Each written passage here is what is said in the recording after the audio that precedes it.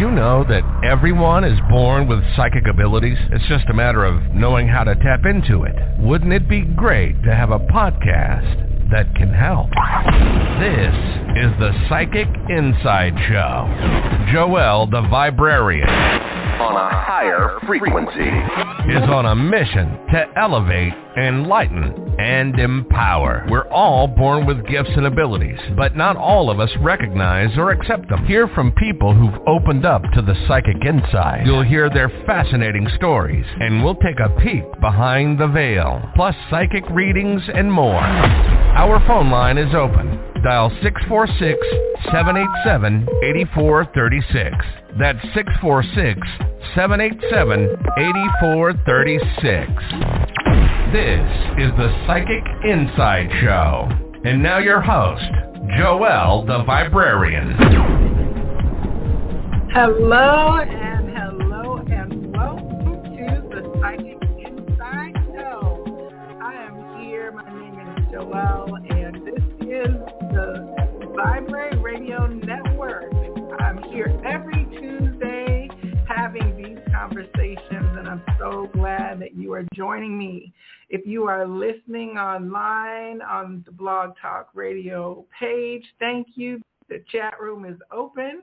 For those of you that are on the phone, the 646-787-8436, if you want to come on and ask a question at some point, just press the pound and the 1 key. And for those of you that are catching this on the replay out on iTunes, Audible, and Google Play, thank you so much for tuning in. So, as you said, my name is Joelle, and on the Psychic Inside Show, it is my pleasure to talk with people from all over the United States and also internationally. And the common theme is that we are going to be talking about this individual journey that led someone to discover things about themselves that might be considered outside the realm of normal. So my guest this evening, I first have to give you a little bit of backstory as I lead into this. I go up to a local holistic shop, metaphysical shop called Holistic Health and Wellness one time a month. And I was up there, I guess, a couple months ago now on a weekend, just gabbing away, sitting behind the front counter.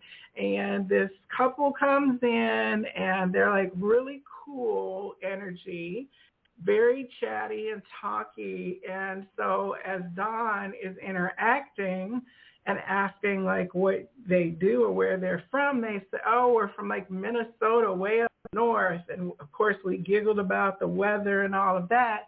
Comes out that she is in town for a librarian's conference. At that point, I was completely involved in their conversation because I'm a librarian too. So my ears perked all the way up, and I kind of inserted myself then into the conversation. And that is when I met Karlene. So Karlene, welcome this evening to the Psychic Inside Show. Thank you for having me. I was so excited, first of all, to see you shopping into the store. You were just talking, I think we were talking about metaphysical things, and then you started saying a few wise things that I thought, ooh, I need to make mental note of that. And then I think I asked for your business card. On your business card, you said that you were into like knitting and needlepoint, and then I saw that you were an author. So, okay, all of my librarian check marks are like all getting filled in one by one.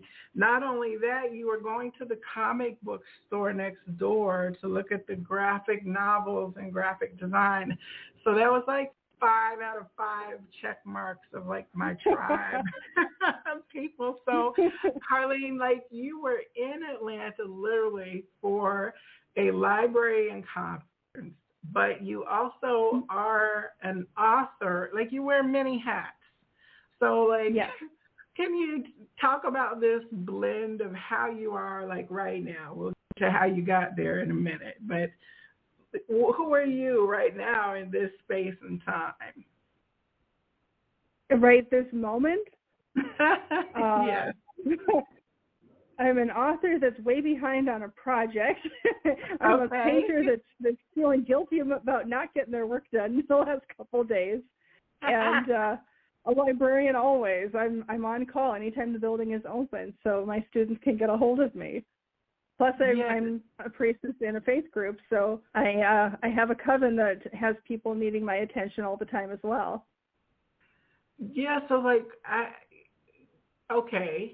the books that you're writing, for one, as an author, are high fantasy. Would that be a fair classification? Yes. So so the difference between low and high fantasy is low it has some magical element to it, but high fantasy, the world needs the magic to survive, to thrive. But it's an integral part of what the story is. And I have some that it talks a lot about whether they're a sorcerer or a wizard kind of a thing. And then, that's like a whole different realm versus I've got one with rangers and druids that have different types of magics. And some of that has healing properties and how do they help heal nature, how they help heal people kind of thing. So that factors in. And then, of course, mythical creatures. We've got some books that have things like werewolves and griffins in them. And so, all of my books have some element of magic to them. And how long have you been writing, professionally, in terms of releasing these? You have like a few series from what I've seen, correct? Yes. I've been writing since I was in high school, but I never really took myself seriously. And my mother had said, you're so good at this. You really need to do something with your writing. You should get published. And I was like, yeah, whatever. And then I had I had 4 years where I had cancer. So I was really, really sick, and I nearly died twice. And I just decided that I needed a bucket list. I'm done with this. I'm going to make a list and do all the things. And writing a book was one of them. So I had all this time where I was at home, and the doctors had said, well, you need to be a professional patient, and I'm not good at that.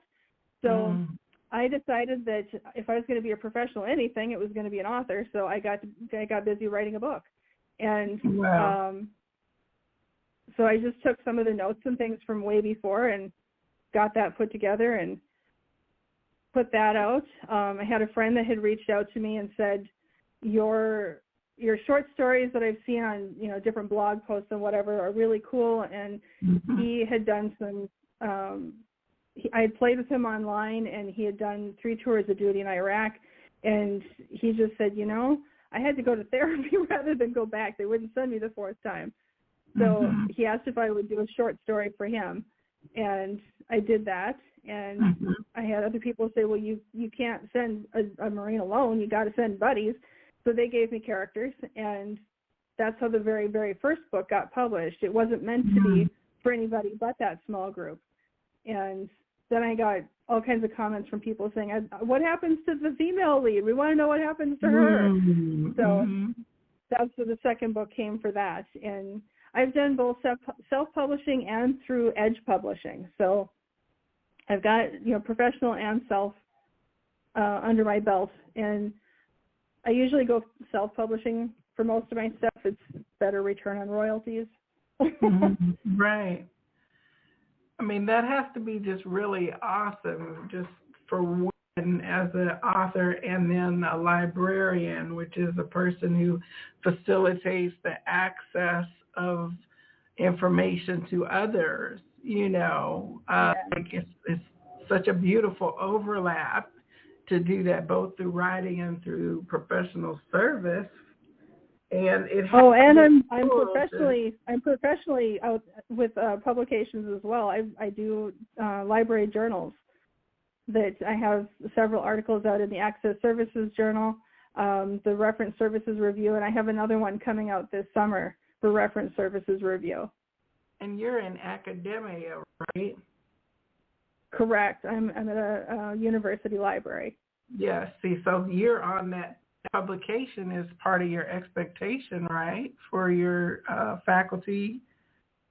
For some some libraries require it, some don't. I'm lucky that I'm at one that doesn't.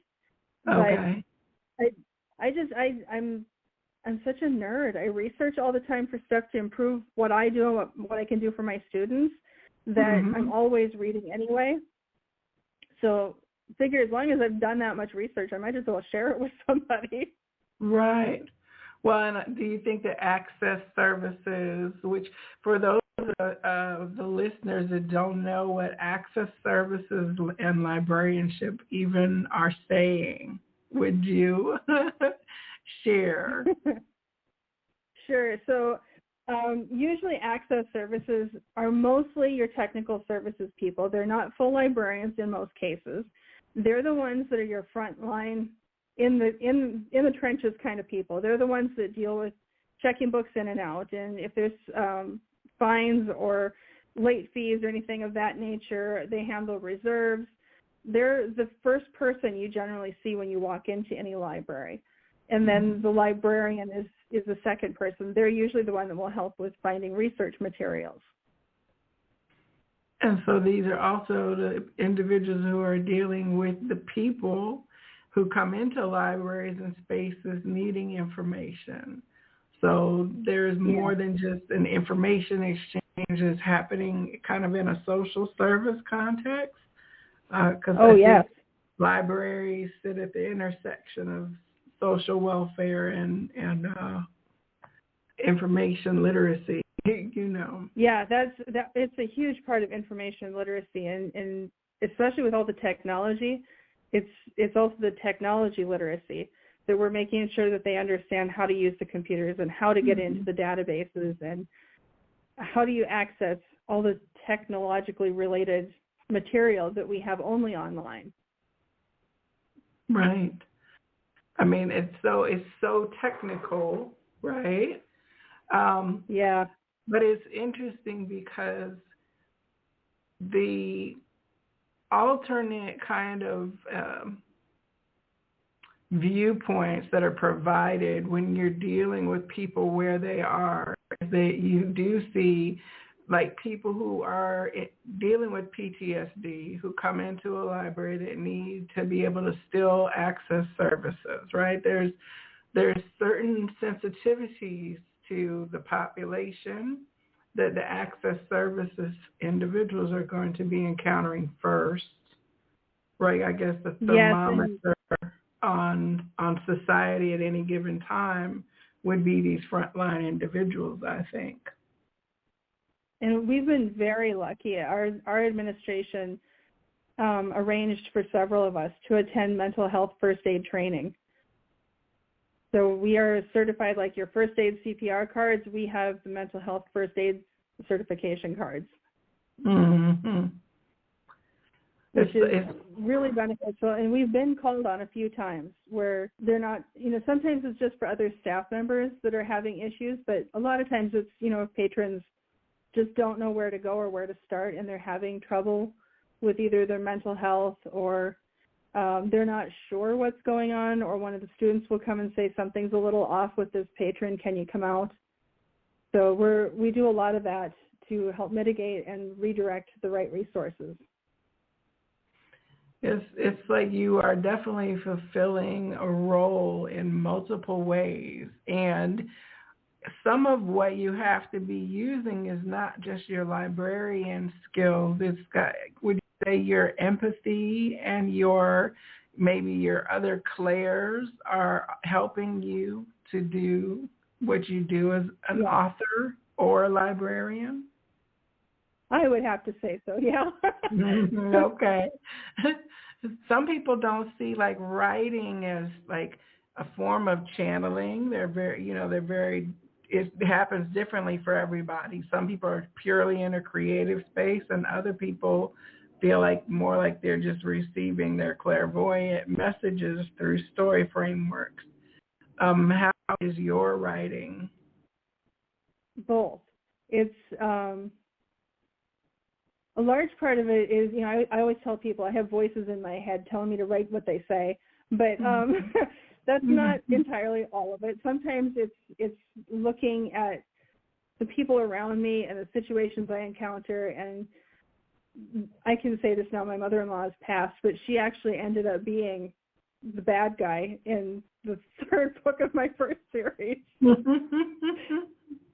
Okay. Because she did and said some things at my husband's grandmother's funeral that definitely set us off, and he and his brother had a good laugh about it afterwards, not in the moment, but afterwards they were able to laugh. But we were trying to talk about, it's at a funeral, it's a good time to bring up, come on, Mom, let's think about your own end, and we need to start making some plans so we know what you want. And she very much dug her feet in and said, you're not making me move from Arizona up to Minnesota, and that's just not going to happen. And she started stomping her feet in the car, and she's like, you can't make me. And then at some point, she can't drive. She couldn't drive, and she said, I'm going to get a scooter, and I'm going to drive it into the house. And my brother-in-law had said, come on, Mom, you know I've always wanted to be an astronaut, but you don't see me in space. And I took that, and that went into my book as I've always wanted to fly, but you don't see me as an eagle, do you? So he made it in, and she made it in as kind of the bad person at the end of that situation. And everybody that knew had a good laugh about it, but she just thought it was a good book, so that was fine. When you are like dwelling in the intersection, right, of like, so your authorship, your real life magically happening, and you chronicling that, and then you're in, do you consider yourself psychic? Is that a word that you identify with? Yes. I'm very empathetic, and I can see auras. Okay. So I can pick up if somebody is telling the truth or if they're lying based on what colors I'm seeing off of them. And getting that vibe if it's a good person or somebody you just want to stay away from based on that as well. So have you always been able to see auras even as a child? Yes, I thought everybody could. Okay. It wasn't until I was, probably 12, 13, somewhere in there. Some other things had happened, and I finally talked to my mother about it. She's like, oh, well, that's just normal. I have it. Your grandmother has it. Welcome to the family. Okay. So okay. That was eye-opening. I thought, that was kind of a normal thing. And she said, no, that my aunts and my uncle didn't have it. And it seemed like it was just kind of one per generation that gets it. Okay. So did you ever stop seeing auras, or have you been continuously able to be open to it? The only time it has ever stopped was when I was going through cancer treatments. Medication will sometimes dull it, and that there were so many medications it shut down, and it was just like losing one of my senses. And I couldn't trust any of the doctors because I couldn't tell if they were being honest or not. Oh, wow. So that is definitely a dark night of the soul on multiple levels. Oh, that was a rough time. I imagine so. Now, in your librarian life, is it known that you consider yourself to be psychic and or see auras? Many people know. I don't make a production out of it because people don't go around saying, "Oh, I can hear." So right. But a few people that know, and a lot of times if we have interviews or things like that, people will kind of wander past my door and say, "So, did you pick up anything?" Just trying to get a sense, which is, I always find that kind of funny, but. Yeah, so that's, I think some know and some don't, and it's just kind of, it's like somebody wearing, a pentacle or, the triple goddess symbol or something that if you see it, you see it. If you don't, it's not that big of a deal. It's kind of a personal deal. But it's not hidden, but it's not shouted. Right. I get exactly what you're saying. you just kind of are yourself, right? And let people make their own inferences to whatever degree they want to be involved. Yes, and when the priestess that trained me was ready to step down, and she was like, "So you're going to inherit the coven." She said, "So you need to get to 3rd degree," and we have a 3-degree system, and 3rd is the path for others to be a leader. And I said, "Well, I need to finish grad school," because I was in that at the time, and I really want to talk to my current boss about it. And I went in and I talked to our dean. And she looked at me like I had just grown a second head, and she said, "I don't care if you worship a fish as long as you get your job done." And I was like, "Well, I solved that problem. I'm finishing this stuff, and I'm going to do it." So it's dovetailed pretty well, I think. I think so as well. It's so as you're talking about like you said, like the pentacle, or if people see things or they have questions, like, right, or like to whatever degree people are comfortable, like, so like I knew when I met you that your vibration was good, right? Our conversation was cool, it was easygoing. I didn't feel like you were just bright and shiny, right? So then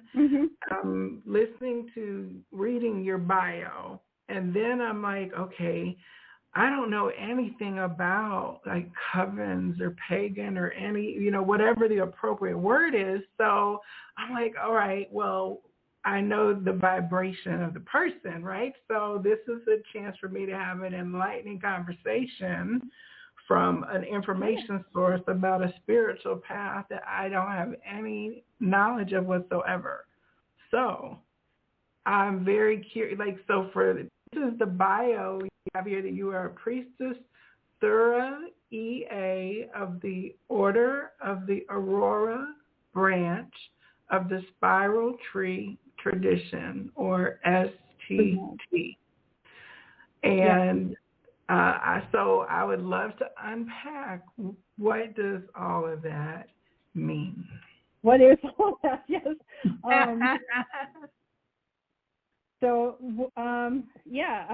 There was a woman that had started the tradition well before I was part of things, and then she had stepped out, and another woman had taken over.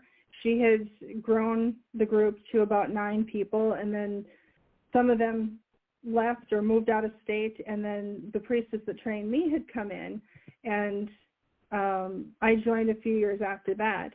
It was during my time of cancer treatments that I was kind of introduced to this alternate path, where I had been so alone in the hospital and feeling like I was left in the dark, and that there was no deity watching over me. I'd been raised Catholic, married Lutheran, and decided that just nobody was there, nobody was answering. And that was it was the middle of an afternoon, and I just said, if there is anybody listening, I need to know that I'm not alone. And I felt a hand on my shoulder, and a woman's voice said, "I've got you, you're not alone." And I looked around, I thought there was going to be a nurse standing there, and there was nobody. And I walked to the door, and I said, "Did anybody just come into this room?" And they're like, "No." But I had gotten a very, very physical sign that there was somebody with me. And I did a lot of research after that. And then there was a Wicca 101 course that came up in the Grand Forks area. And that was once I had gone into remission. I went to that. And everything she was saying was what I had been experiencing. And it really resonated that everything is nature-based and everything is connected to everything else. And it's not about one God or 2 gods. It's about whatever facet of deity affects you.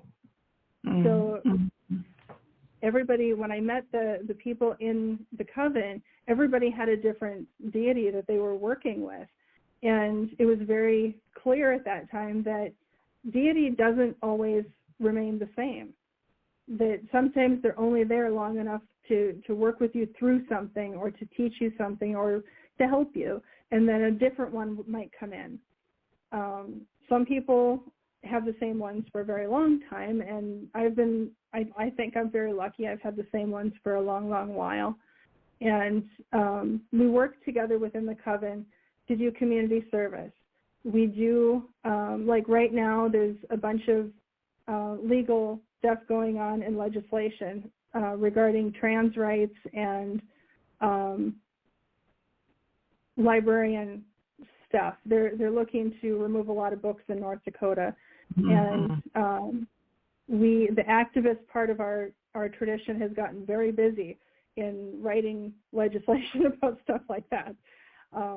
So we're very good about supporting the community. We try to do something to help, like the Center for Violence Intervention that's in town, or we'll help the people at the Cancer Center. We try to do something once a year to help out minimum.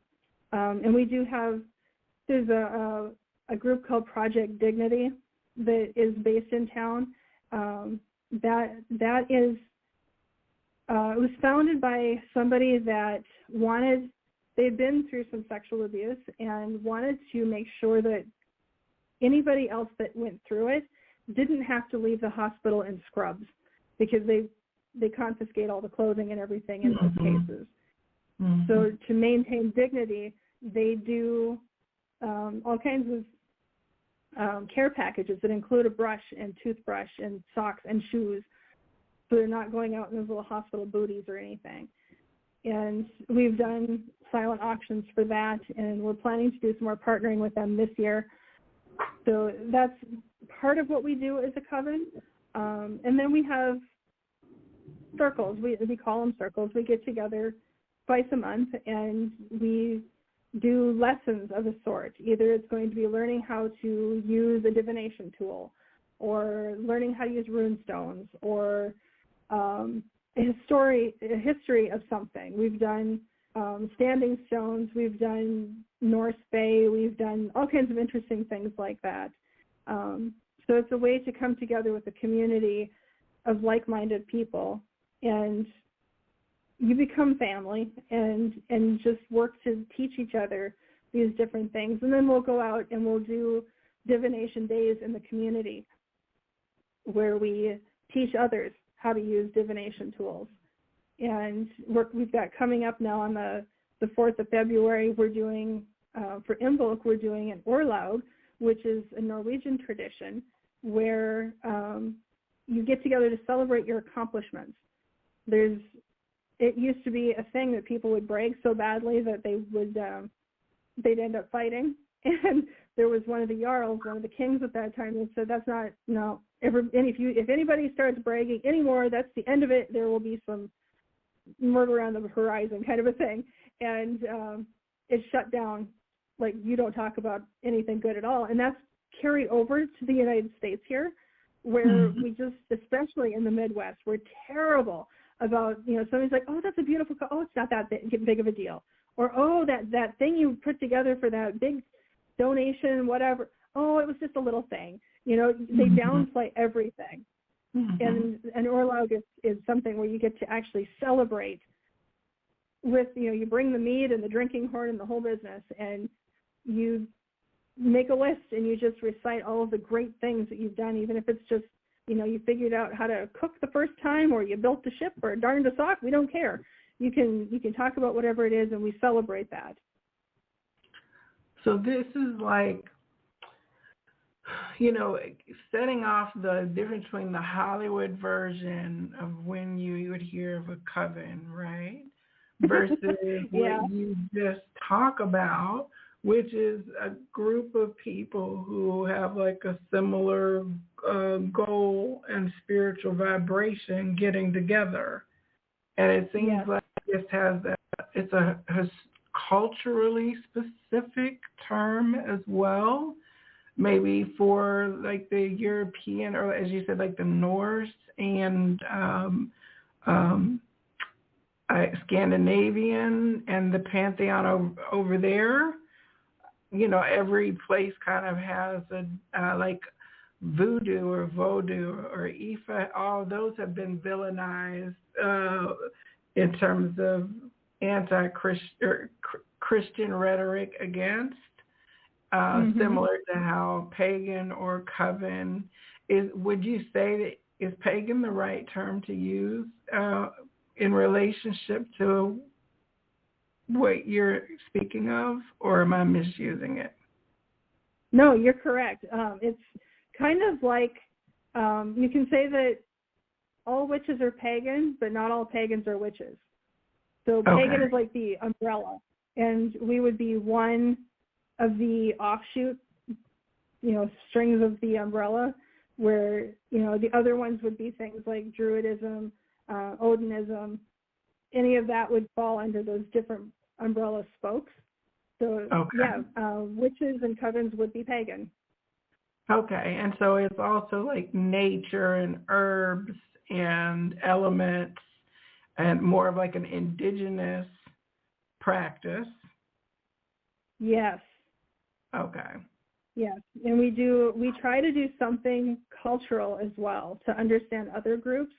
And this year, we were just talking about this last weekend, that we're planning on going to a local powwow because most of the members in our group have not been to one. So just so they can better understand something of our indigenous people from the Midwest here. Mm-hmm.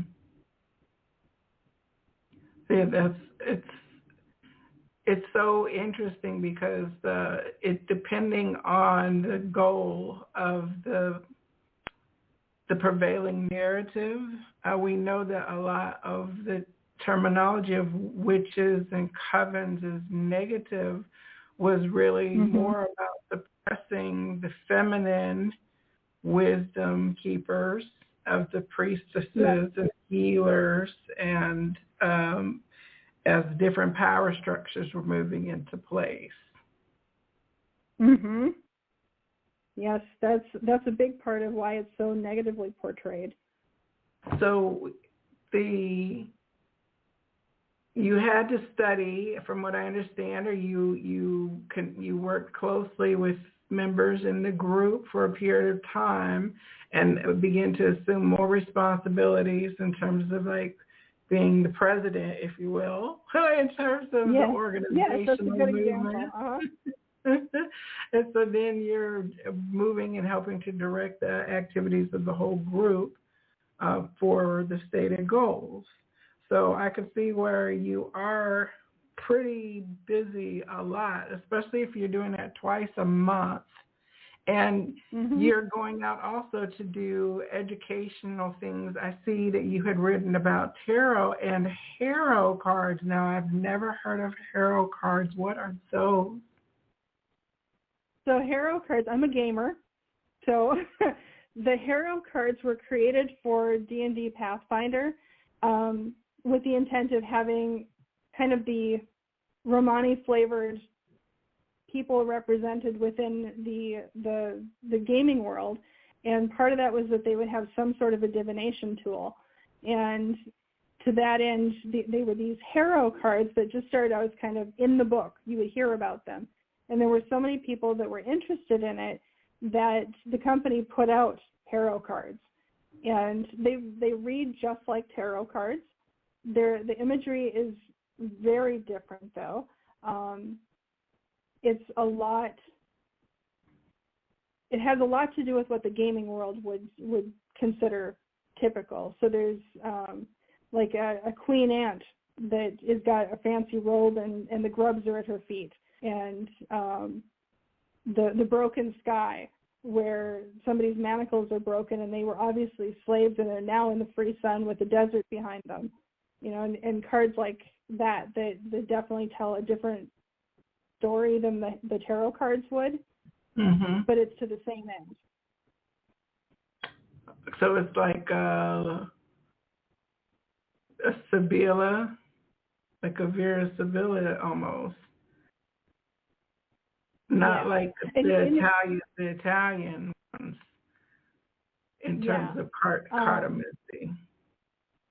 Yeah, in this one you can do it doesn't, like a lot of times with tarot cards, they recommend like the Celtic cross method or things like that. This one is either a 3-card spread or a 9-card spread that's in 3 rows. And it's the 3 in the middle are the immediate situation. The 3 above would be what's above you, what's affecting the decision, and then what's below you that's negatively affecting the situation. But those take forever, so I try to stick with the 3s when I do most divinations, unless people want to pay extra. Right.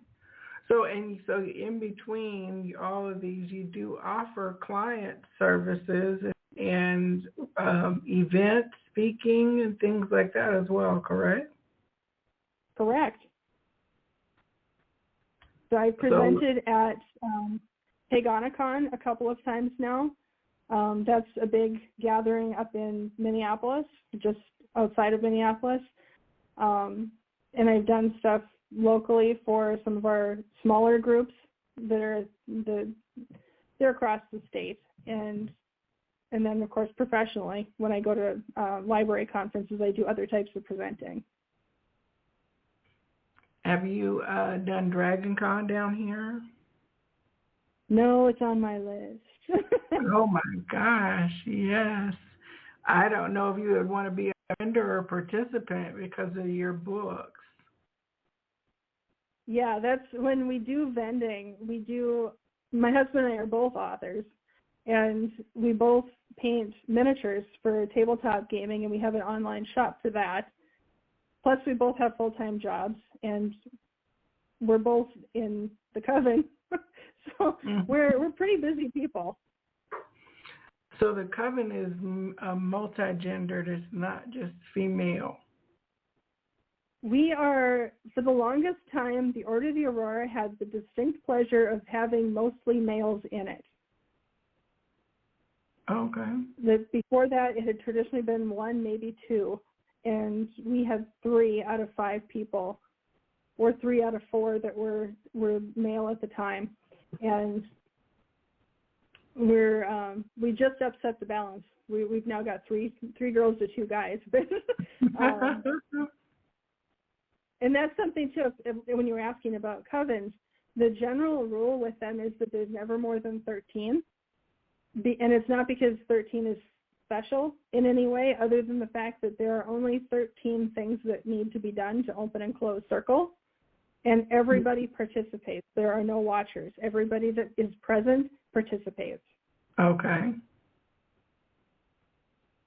And it's simple things. It's calling a god, calling a goddess, right, calling the 4 quarters, things like that everybody takes a turn doing something.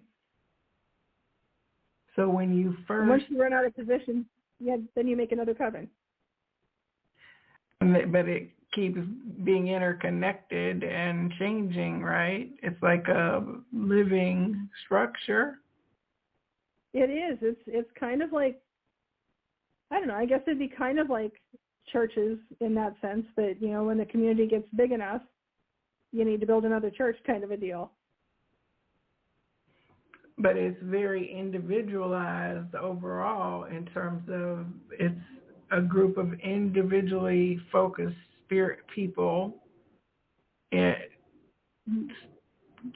with just kind of operating in the same space. Yes. It seems like everything kind of jives together somehow. Most of the time, unless there's a need, we just keep the calling of the god and the goddess general. We don't call on a specific one unless somebody says, I really need help with something, can we call on my deity? And then we'll specifically invite them in. But generally, we don't have a problem. We had somebody that just recently started working with Loki and didn't tell us right away.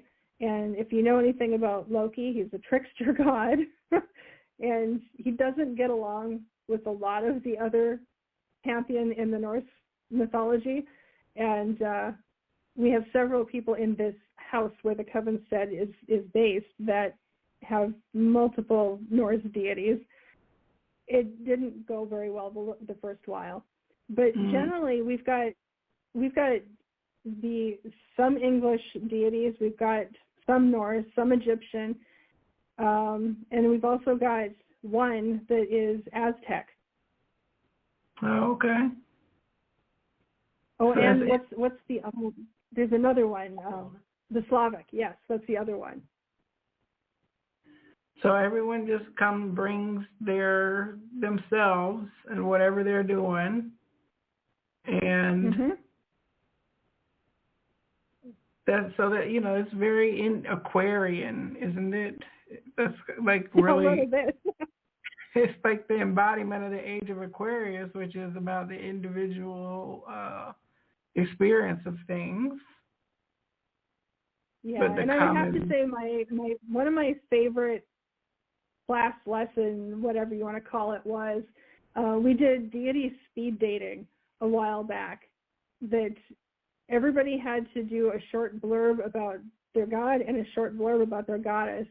And we actually had one of our other covens from the spiral tree tradition out in Washington, the Weavers of Truth, zoomed in on that one so that they could watch what was going on. And that was 5 minutes in the hot seat, that you could show pictures, give a brief background, and it's kind of like when you go to those dating things where you sit on one side of the table or the other, and you have 5 minutes to say, here's all of my great points, and then get out of the chair and let somebody else sit down. Oh, that'd be cool. It was a fun way. Yeah, it was a lot of fun, and it was an easy way to get to know a little bit more about some other pantheons and different things like that.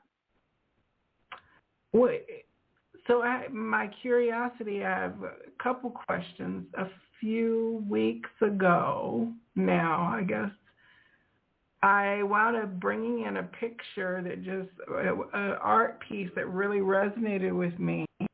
And the creator then told me that it was Voluspa. Are you familiar with Voluspa? How do you spell it? Valuspa. She was one of the vulva and one that foretold the fall of Ragnarok. Yes. So the vulva were the priestesses of the ancient Scandinavian era. They would travel the landscape. They're the ones that did the recording of weddings, christenings, any of that kind of stuff. And they were the ones that practiced the magic. Yeah, they were the oracles, right? So the energy started coming in. I also had Odin come forward in a reading that I received that same weekend. And I was having these precognitive type dreams at night as well. And then I wound up getting a Viking seer stone at a crystal gem party. And I'm like, what is going on? And then 2 weekends ago, I had a reading and they said, oh, does one of your guys look like Gandalf? And I started laughing because I thought, well, probably, yeah. And then she said, oh, he's a druid. He's not speaking. He's a druid. He's doing ruin. My husband is sitting over here mouthing at me, that's Odin, that's Odin. Okay. Well, I guess he was drawing sigils and stuff and was like here for bringing energy of alchemy. And I was like, well, this is cool. Okay. And then like the next day I was doing a crystal reading and Mystic Merlinite came in and the Merlin energy. I was like, what is going on? Okay, I got some new, of course I love like the Marillion and Tolkien and all of that, so I wouldn't be surprised to have a Gandalfian, spirit guide. But then when I'm reading your bio, it's like the Order of Merlin. I'm like, okay, Spirit, this is a long prelude to a connection. What's really going on here? Yeah, isn't it funny how that always ends up working out that way, that everything is kind of leading you in one direction. Odin is a pretty cool guy. I mean, my husband's like, yeah, whatever. He's really impressive. We've unintentionally worked with him here. We meant to work with Scotty, which is one of the Norse female goddesses, and Thor came in instead, and Odin's presence was just overpowering in the room. But he's your penultimate traveler. He likes to go and see and do and learn, and that's exactly the kind of person you are. So it makes sense that he's got an interest in you. Oh, matter of fact, a raven came through twice too. He's giving me the come on, look over here. That's so crazy. It was like a talking raven outside of a little restaurant in a video that I saw, and then a raven on a card or something. Another oracle visionary seeing Viking type thing got energy through, and it was with the raven and the stag. So, it's very interesting because, as you said, like different entities come forward in our experience, and so like beginning to observe like this is something new. There's a common thread. So like in your group or your practice, what is the Merlin connection? My magic is that of a Merlin. So a Merlin actually wasn't a mage the way they've made it out to be in the stories. That was the title for the storyteller that traveled around. So my magic is, we found out by accident. One of my coworkers, he was my boss at the time. When you get to second degree, you have to know what your magic is. If you don't know, you can't advance. And I was just stressing, thinking, I don't have anything that special. I don't know what it is. And he finally said, yes, you do. He said, if you say anything, for good or for ill, the person believes it. Mm-hmm. And I thought, no, they don't. And he goes, no, think about this person. When you said this really good thing, and all of a sudden everything went really well for them. Think about this person when you unintentionally said something bad and what happened with that situation, how it tanked. And he gave me multiple scenarios, and I was like, that's really bizarre. And we did a Yule party shortly after that, and I had been asked to tell a story for the little kids. And I've done it in the past, but up to that point I hadn't done a lot of just flat out storytelling, not reading from a book, just storytelling. And all of a sudden people started sitting down. A few at a time, the adults were coming in and just sitting down, and there was probably 11 or 12 little kids, and not a movement, not a peep out of them until the story ended, and every adult was sitting silent. At a party, I had not planned for the adults to come into that room. And then the next summer it happened again, where it was just this wave of everybody just standing around listening, and just boom, boom, boom, everybody sat down. And I said, well, there it is. That's my magic. So that's where the Merlin comes in. Oh, that is so cool. I love the way that you explain and experience that. Yeah, and so I'm very, very careful that I don't say hurtful things about people, because I don't want to make it true. Right. Well, and like you said, that it's your specific observable power, then to use it responsibly. And that'll be the case of whatever your thing is in the right use of said ability. Yes. That's my husband's gift. Is he's the protector. You put a capital P on that baby, because nothing happens without going through him. If somebody is hurting, or somebody is hurting them, he's right there in the middle of that. If there's outside influence that's coming at the coven, he's right there to protect it. And he's so kind and gentle about it that people don't even realize that they're being blocked until after it's over. Do you know, from either of you, that if you have other incarnational legacies or energies? We have known each other in other lifetimes. There's some we didn't see each other, but we've got a connection. And we've done some past life regression work that we know we've connected on other lifetimes. And your particular work and what you're doing now in any of your avenues, does it have any relationship to past incarnations? Like, were you always like a librarian, or were you always in some form of priesty capacity, or any kind of inheritance? Not always. No, not always. There's one of the situations I know that took me back to being a boy, and I was a baker. And it was just a very simple life. But seeing that go through it, I didn't know him in that lifetime. So there's different times, and he's been in Egypt in the past, and I've never been there. And for me, it was England and Scotland, and he's never been in that area. Have you done any international travel to go to like any heritage locations for your faith practice? Not specifically for that. We have been to Denmark and Austria because we have people that we gamed with for years and years. And after I went through all of my health issues, they had said, you know, you're coming.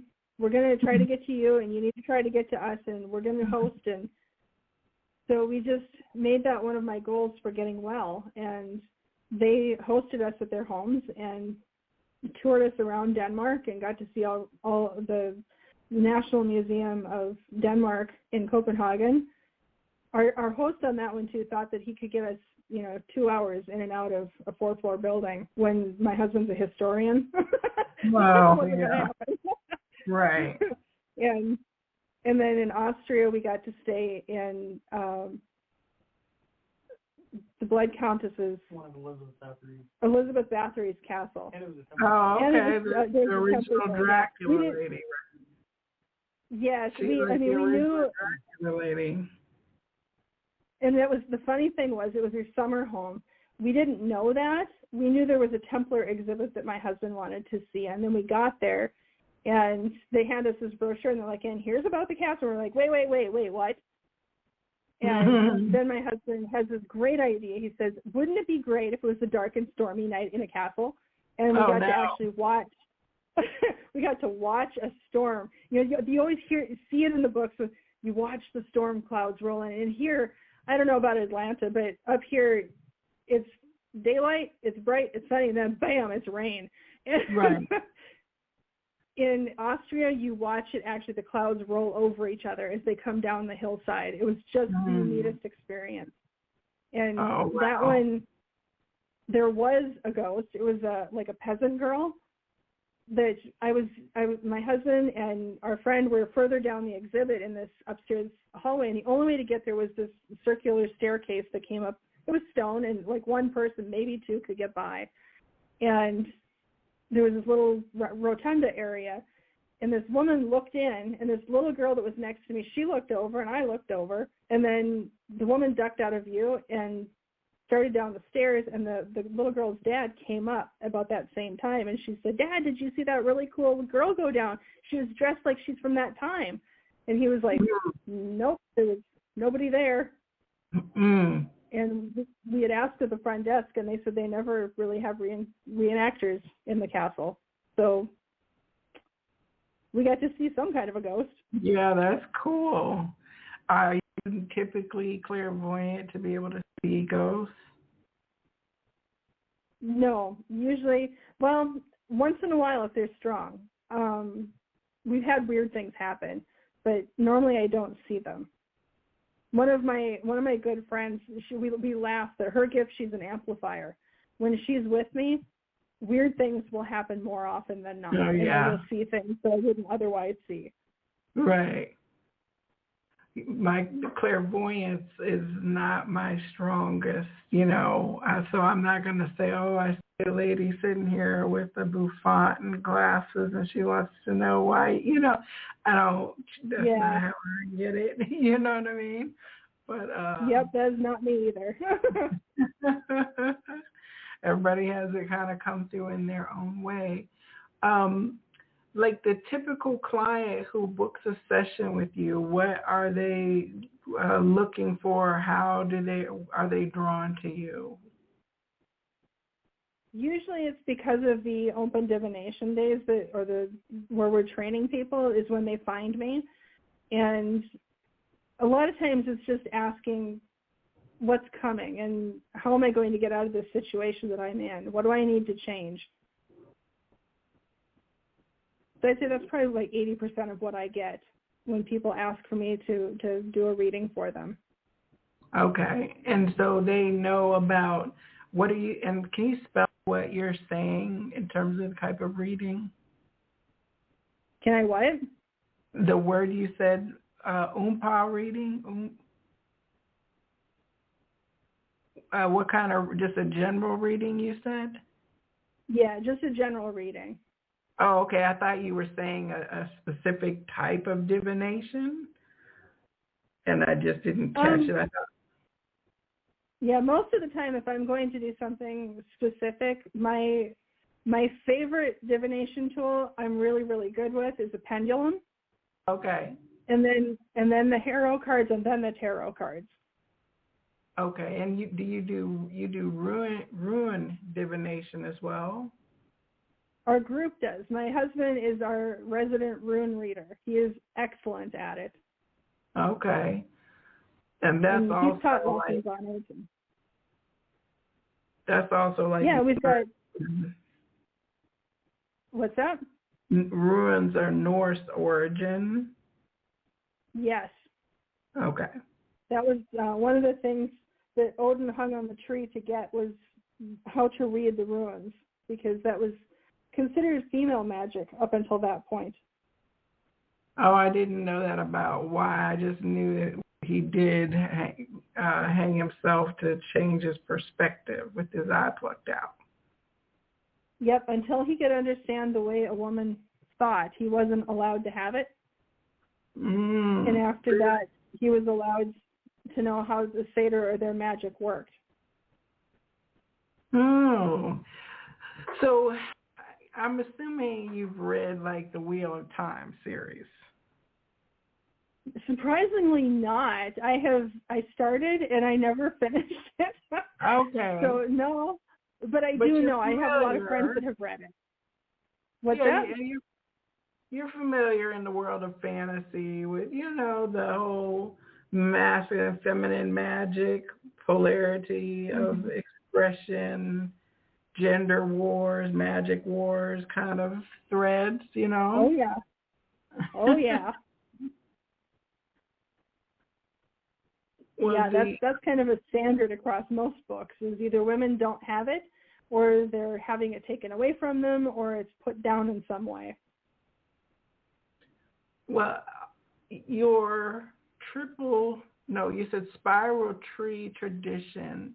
Now, I'm envisioning something that looks kind of very Celtic, as I just think about what that would look like, but can you explain more about what that is? What the spiral tree tradition is? Yes. So what the design was so we're actually, the tradition's 10-year anniversary is coming up this fall. And that was the point where we first branched from just the Order of the Aurora to having us and the Heart of Pentacle Fellowship, which was the second group to form. And the two priestesses at that time chose to take a stylized tree that is just, the trunk is kind of twisted together, almost like kind of like two blinkies twisted together, and some little curls where the roots would be, and then the tree branches kind of come out with little curls on the end of them as well.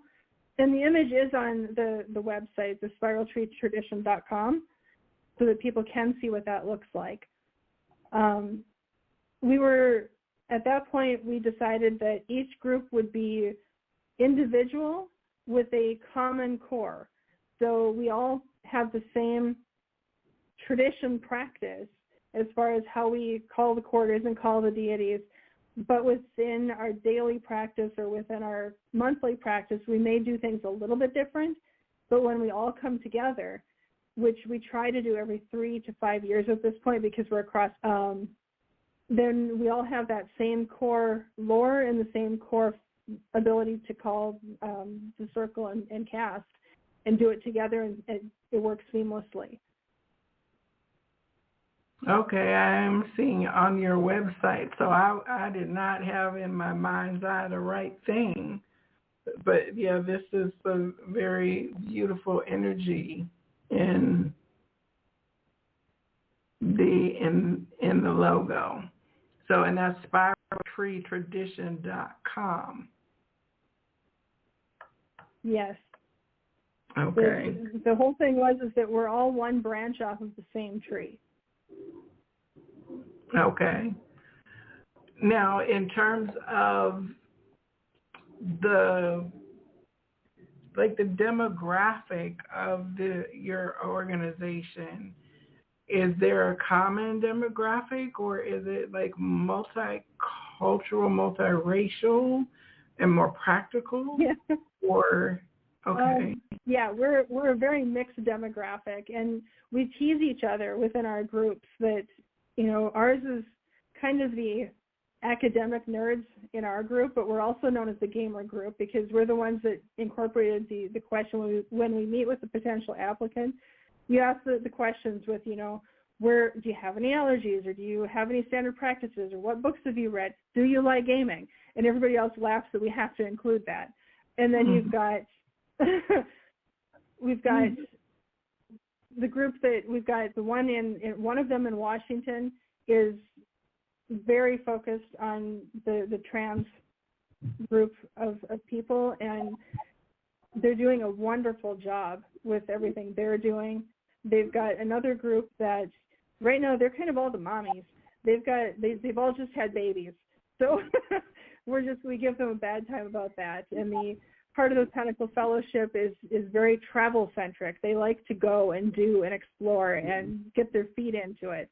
And we've got a group out in Kansas that we like to tease them that, you know, they're kind of the group that likes to do the open air convention camping things and things like that. So it's a good mix of people we don't have a broad base of difference in races in North Dakota, Minnesota. Mm-hmm. We're pretty much the color of the snow. Right. Which is, right. It's getting better. It's getting better. We've had a lot of immigrants coming to our area, which is wonderful. But I don't think they've found us yet. But yeah, mostly we've got a lot of trans people that are drawn to our tradition because we are very accepting, where a lot of traditional churches are not up here. Mm-hmm. And this is like the old world or old way, old path return almost, right? And yes. It's actually, it's called a homecoming, which I didn't know when I first started the path. When you find your people and you're just like, I feel like I'm home. You know, it's some people get that walking into a big cathedral and they just feel like they're at home. Just like, this is where I've needed to be. And some people find us and we're their people, and this is where they need to be, and it feels like they've come home. So it's called a homecoming when you find your people. I guess my version of that is your vibe attracts your tribe, and the good vibe tribe.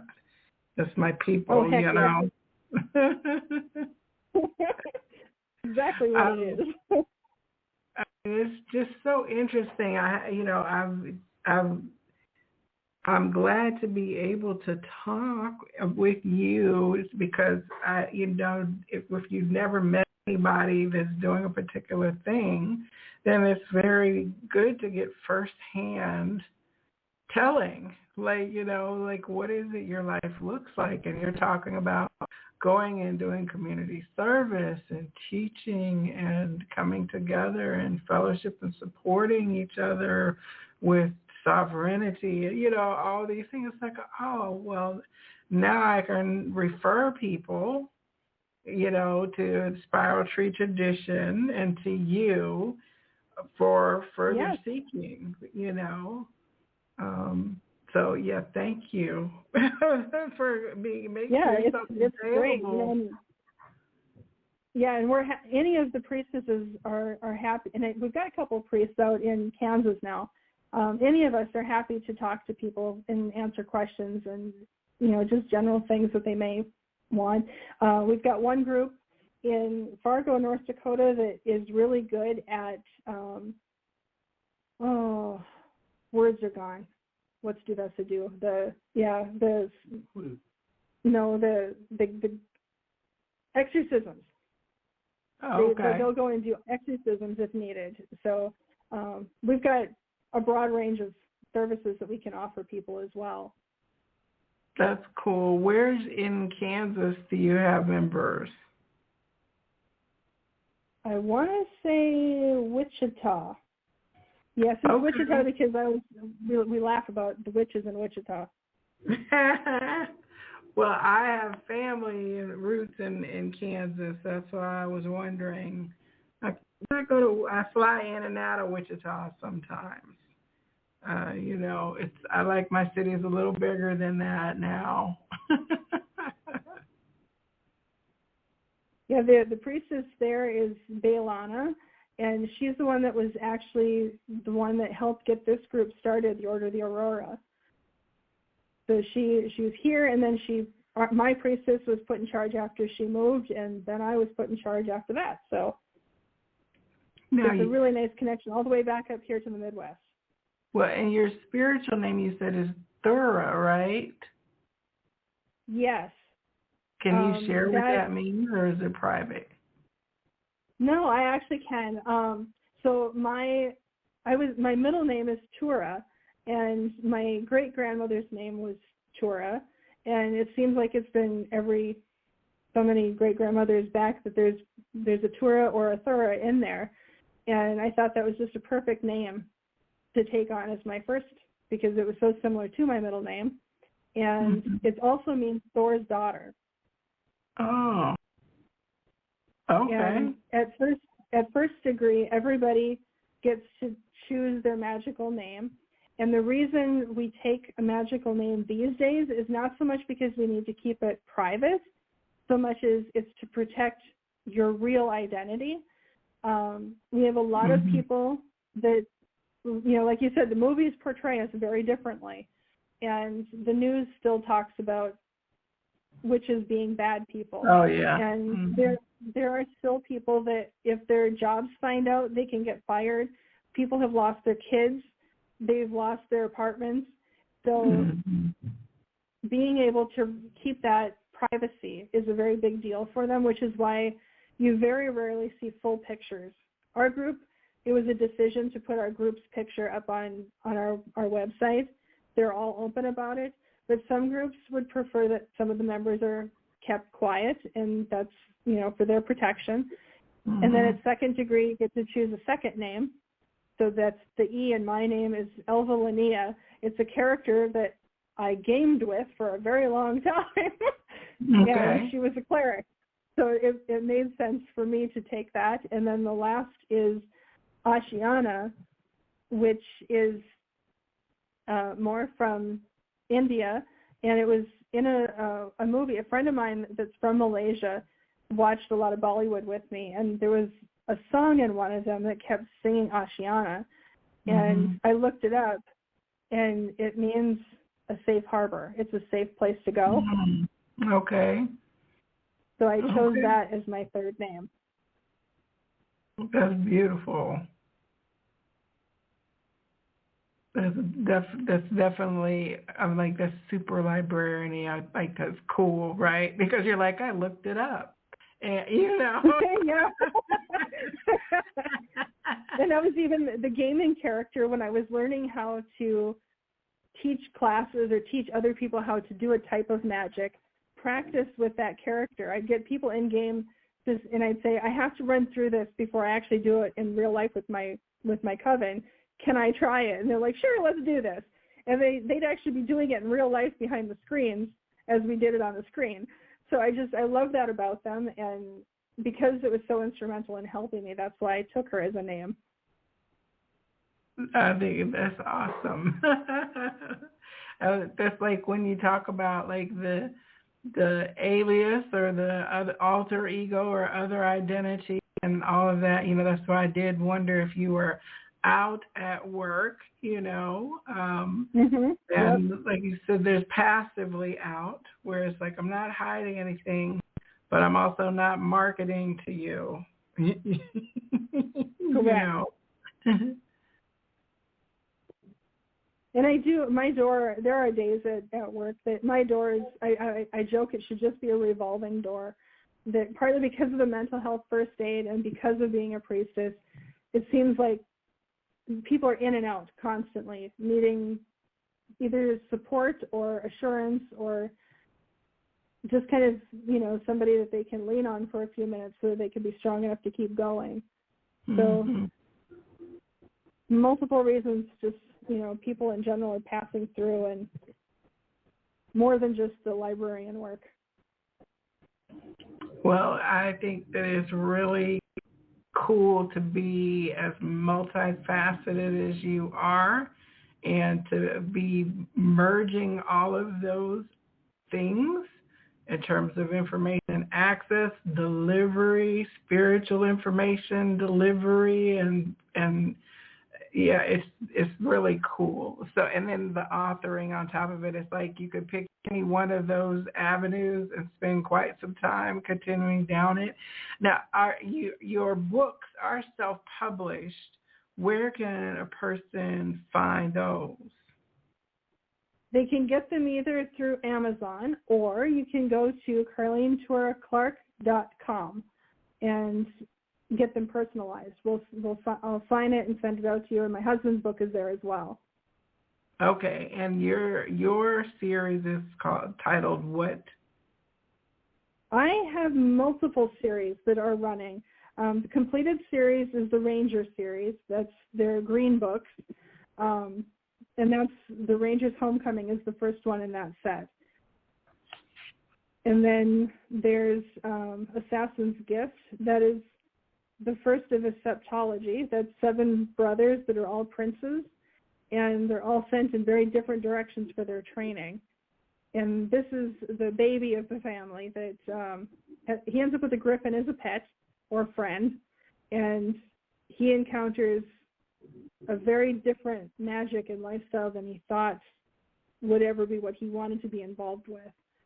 And I'm working on the second book in that, which is going to be Silver Song, and that should hopefully be out by this time next year. I've got the Cherry Blossom Promises. That is set in an alt history steampunk magic Grand Forks, North Dakota. Okay. That was a mouthful. Yeah, so there's a lot going on in that one. That one is a girl that seems like she needs to be saved, but she doesn't think so. She's off saving others, while the guy that's interested in her is finding out what's actually going on in her family.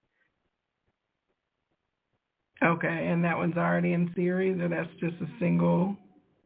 That one is a standalone. And then the one that I put out with Edge Publishing is part of an anthology, and that is the Urban Green Man. And that was a fun one to do. I on a lark, I submitted a short for it, and I was like, well, not like I'm going to hear anything. It's a Canadian publisher, and it's probably going to be really popular and whatnot. And then I get an email saying, you're down to the top 5,000. Are you still interested? You're down to the top 1,000. Are you still interested? The top 500 and the top 100. And then they end up making a cut of 42 or 43 stories. Wow. And they divided us into the elements. And my story went under air. And until we did our virtual book tour for that, I didn't even know why I was in air. I was like, that's silly because I'm talking about a crop failing. And they said, no, it's because of the knowledge needed for the main character to go into the town to figure out what was going on that was killing her husband and the fields. And that one, it's right out of the gate. You know that it's Sylvanus and Jackie of the Green. So two of the faces of the Green Man. Okay, and so this anthology is called what again? The Urban Green Man. That's your story. The story's right. title is Withergreen within that anthology. Oh, okay. Here it is. I see it on your business card. Withergreen. Okay. And then that's Karlene dot Karlene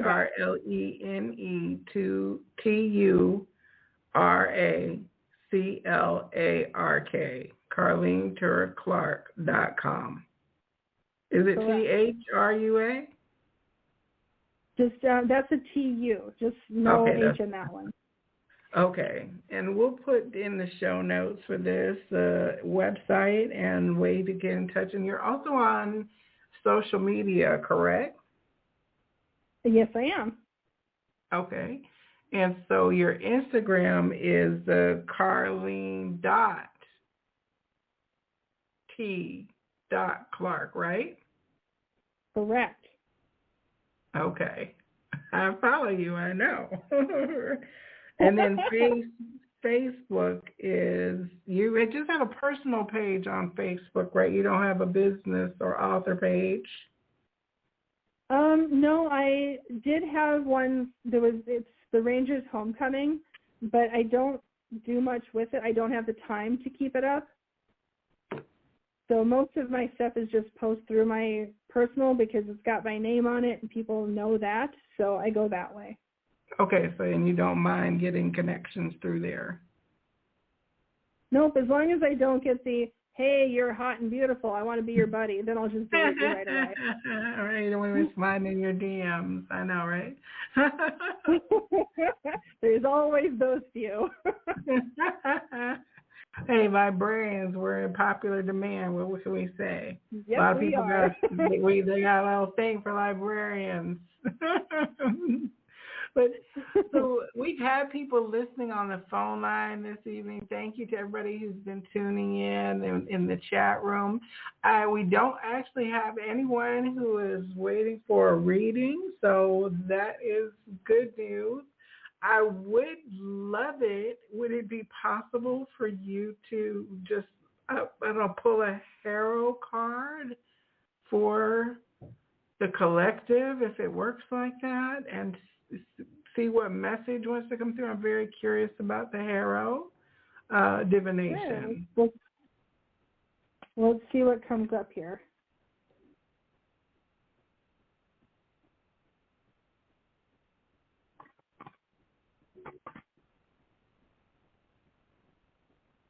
Whoa, got cards sliding around. Hang on.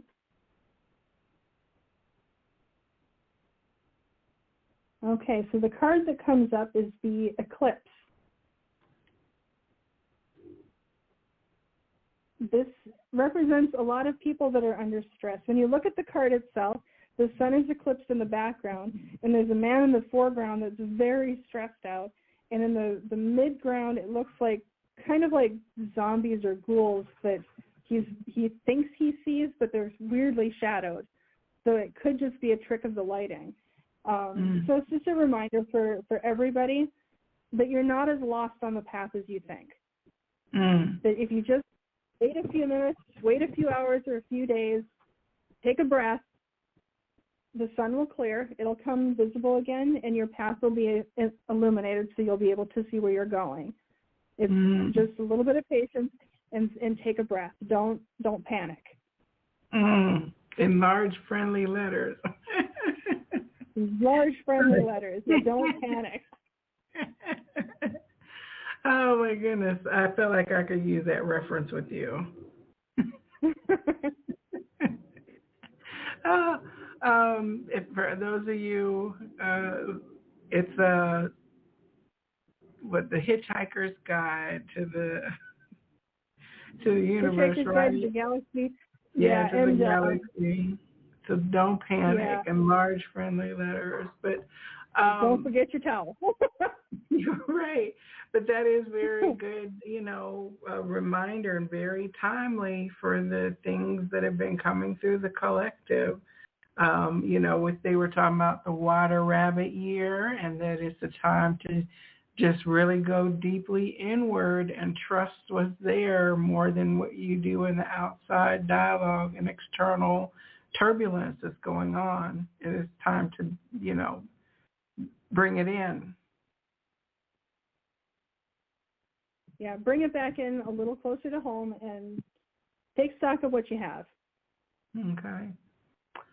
I'm looking forward to, you're going to have to email me a picture of these cards because I love divinatory systems, and there's so many amazing ways. Divination is just a way, a tool or a practice or modality that people use to connect with the spiritual realms, and it comes in as many different ways as there are people, from throwing of shells and stones and sticks and tea leaves and cards and signs and symbols and all manner of things. So whenever I get to hear about new ways that people use to have those spiritual conversations, I'm thoroughly fascinated. So thank you for sharing about those. Yeah, you are so welcome. This has been a lot of fun to visit with you and catch up. And it was just a fluke. My husband had been to that comic store the day or two before that and said, you have to go back. That place is amazing. And we were walking down the sidewalk, and I was like, ooh, I have to go in that shop. And there you were. I know. It was perfect. You guys were in there probably about a half hour by the time you were just chit-chatting and sharing, and I think you were on your way back in, right, to the comic book, but then you were getting ready to be gone, I think traffic was bad that day as well because there was a lot of construction happening in Atlanta, and you were doing convention too. Yeah, the traffic was pretty bad, and we were flying out. That was Saturday, and we were leaving Sunday morning at 4:30 in the morning. We had to be up and at the airport. Well, it was perfect timing, and I am very glad that we connected. I immediately said to you, I want to interview you on my new season of the show because I was fascinated, and it didn't take very long at all for that to happen. What was that, November maybe? Yes. Yeah, so it's perfect, and now I have another awesome Minnesotan. I know so many awesome librarians from Minnesota from being in law libraries, and of course Minnesota being the home for West Publishing. I've been to many a conference up there and always met wonderful Minnesotans, and usually ate far too much custard when I was up there. But everyone is just, again, there tends to be a kind of helpful and kind energy in parts of is that the Northwest? What do you call that? The Midwest, nice. Yeah, because Kansas Midwest is a little different, but there's still salt of the earth. A lot of Scandinavian, Norwegian, farming, generational, hardworking, simple, open your home, open your barn. You know what I'm saying? We raise a barn together, community-centered kind of structures, Yeah, when just a few years ago we had a tree fall in our backyard, and it filled the entire backyard. It fell perfectly, so it didn't hit anything. But right after the storm, we had 3 of our neighbors show up with chainsaws. That's just the way it is around here. Yeah, and it's like that in lots of places around the United States, not to take anything away from the South and other places, I think, where, but I guess the smaller populations the community Yeah. sense is stronger, and I think that the function that you're there with being able to have people around you who get to be exposed to different faith practice, who get to be able to be welcomed if they're a non-conforming gender or a non-conforming spiritual practice. The fact that you are operating out there in your network and your covenant group of people has to be like a life preserver for some Midwestern youth somewhere or person who otherwise would be feeling isolated and very potentially sad, Yes. We definitely hope that we're making an impact on some of these people, that they're not feeling so alone, that they've got a lighthouse to look to if they need it. Mm-hmm. That's beautiful. Well, Karlene, I thank you for your time this evening, and I look forward to checking out your writings and seeing you when you come to Dragon Con. It seems like it would be the perfect weekend for you. If nothing else, I'll probably be there for the Access Services Conference again, so you never know. Absolutely. We'll definitely get together and talk shop more next time you're in town. So to everyone who's joined this evening, definitely check out her website at KarleneTuraClark.com. And join me again next week for another episode of the Psychic Inside Show. My guest for the last week of January is Karima King, and she is a wise and powerful and natural advocate, sister teacher. And she's an iridologist, so she's able to look at the eyes and begin to give information about you because of what she sees. So I'm looking forward to bringing Karima on for the show next week.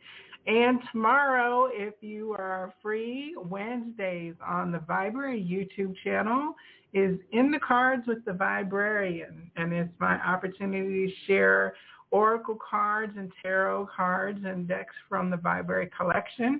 And tomorrow is just going to be, the topic is tarot time. We're going to be talking about the Rider-Waite-Smith style of tarot cards and what they're used for, a little bit of history, a little tarot nerddom tomorrow. So, Karlene, if you had any final wise words to share about like your journey and where you are today for someone else, what would you want to be said?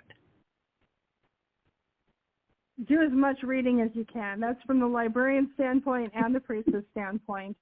Don't take anything at face value. Find out what the bottom line is on anything. Get in there, read it, and talk to people. And there's always somebody willing to listen. Absolutely. Check. I take all 4 of those. Each of you, I hope you have a great week and that you have so many blessings and that those blessings spill out from you and they just bless the world around you. The light in me honors the light in you. Namaste.